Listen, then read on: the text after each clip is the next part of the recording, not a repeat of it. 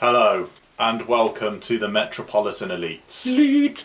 Our left-wing lizard overlords rang the ivory towers where we live and told us to say the following. What did they say?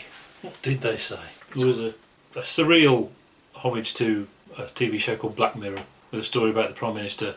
My take on it is that doesn't matter.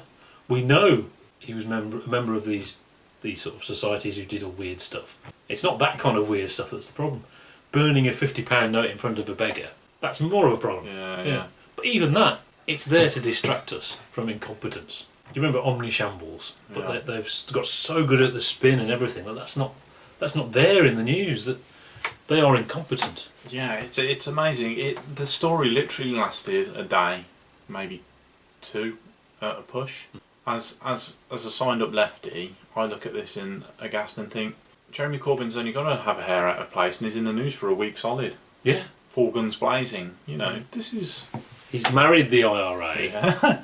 This is as sensationalist as you can get. Yeah. This is the kind of stuff that the tabloids theoretically should lap up. And they did.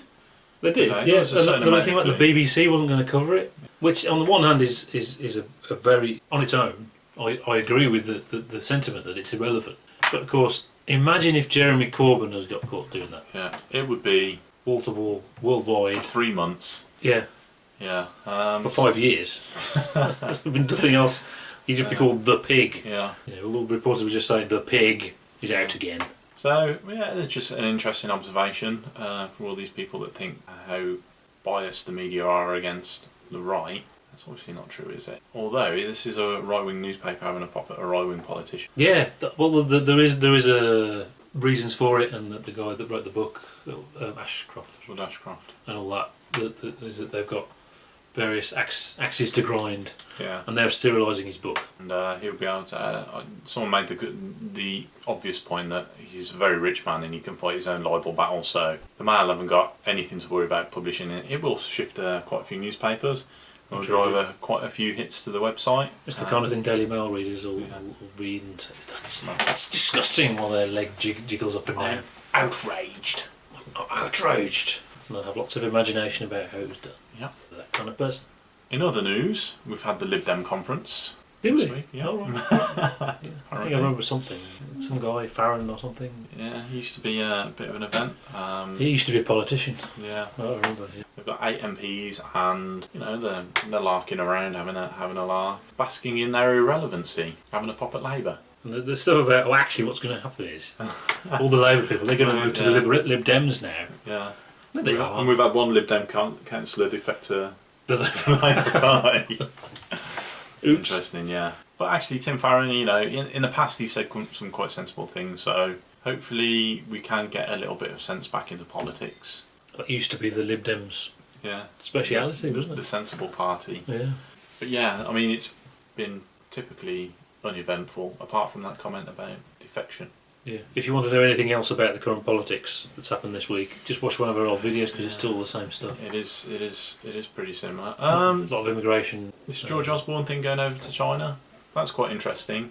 It should be widely praised what he's coming back and saying. There does seem to be a little bit of griping going on in the press that it's not a particularly good deal, and it's taking an incredibly short-term view on things, which George Osbourne is prone to doing.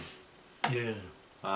Obviously, he's not bringing up human rights issues with the Chinese, and he's been applauded. Applauded by the Chinese for that. Thanks. Don't bring bringing on about the bloody human rights. The political correctness gone mad. Yeah, and they're going to invest in, or he wants them to invest in the nuclear power plants and stuff like that, and HS2, and tie together our stock markets. So more money for the bankers and the investment people, which is quite, considering the volatility of the Chinese stock market at the moment, it's quite a brazen thing to do. Again, it's a short term. But the real things they do are short term. Cameron particularly plays very short term. But underlying that their plan isn't for running government. Their plan is spin. Yeah. How will we spin it? And if we do this now, but then in 2 years' time we can put this out in the media, and And this is sort of typical short term thing. And there's no sort of long term plan. It's all about doing whatever you can to get the deficit down, so there's a small surplus when George Osbourne runs to be... So they can win the next election. Prime Minister. And it could come crashing down. As I say, the tying our stock market to the Chinese stock market could be incredibly dangerous. Letting them loose on the nuclear power station. You know, there's all sorts of suspicions about what the Chinese actually do in terms of monitoring Western, well, in particular in America, the sort of kind of information they've got and the control that they've actually got over the projects they build. And we're saying, come in, have our nuclear power station. The upshot of the government could if they're not lucky, and they've been continually lucky at the moment, very lucky to win the Scottish independence thing. That was a fluke, wasn't it? Yeah, but we could be heading to a split UK. We could end up separated from Europe. I don't care what you say. That's got to be a bad thing for the UK. I mean, we will be worse off.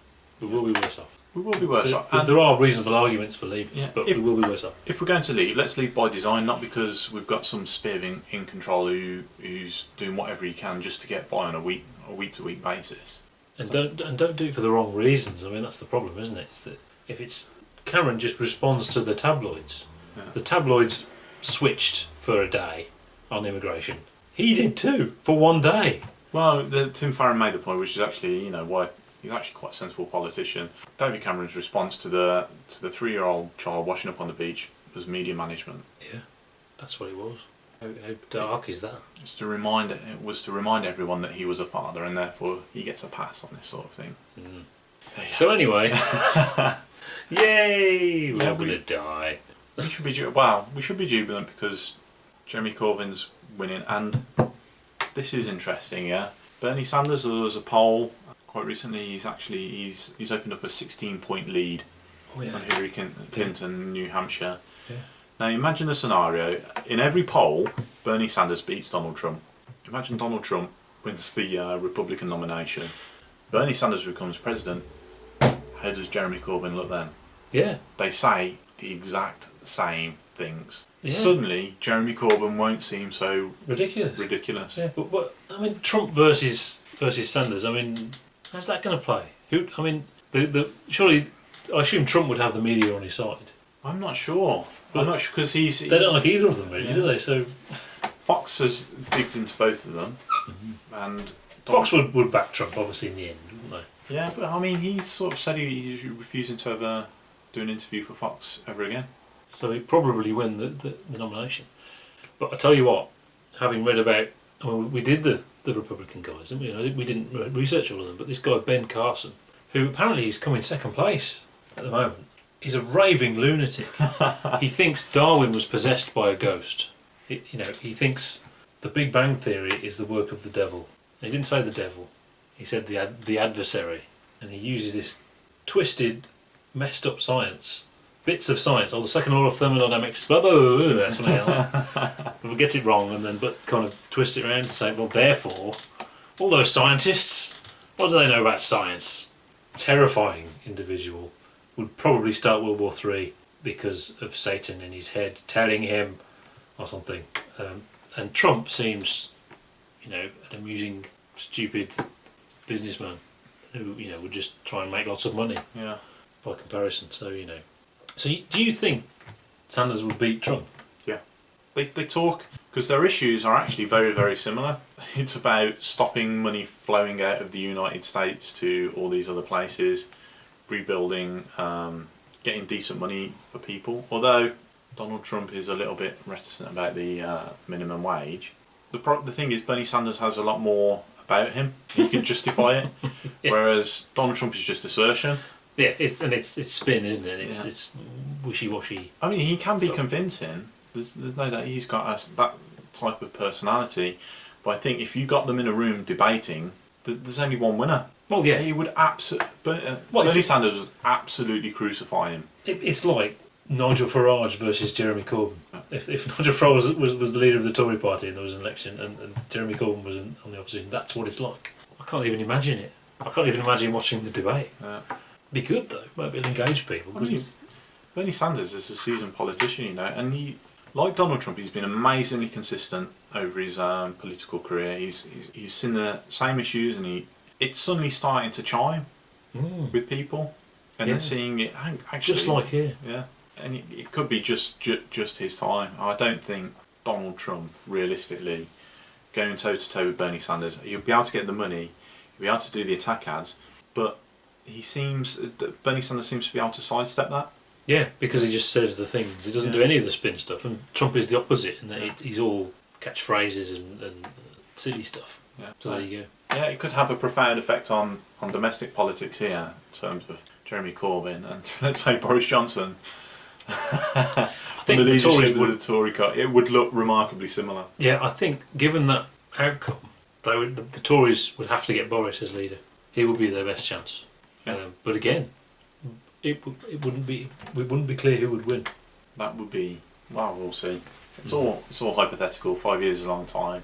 If we believe what what a lot of people are saying, that Corbyn won't even make it for 5 years. So we'll see. Yeah. So we'll be back when they bring us up once again. Those lizards, those left-wing lizards, the Illuminati. Something should happen next week. There will be news next week. So see you then. Yeah.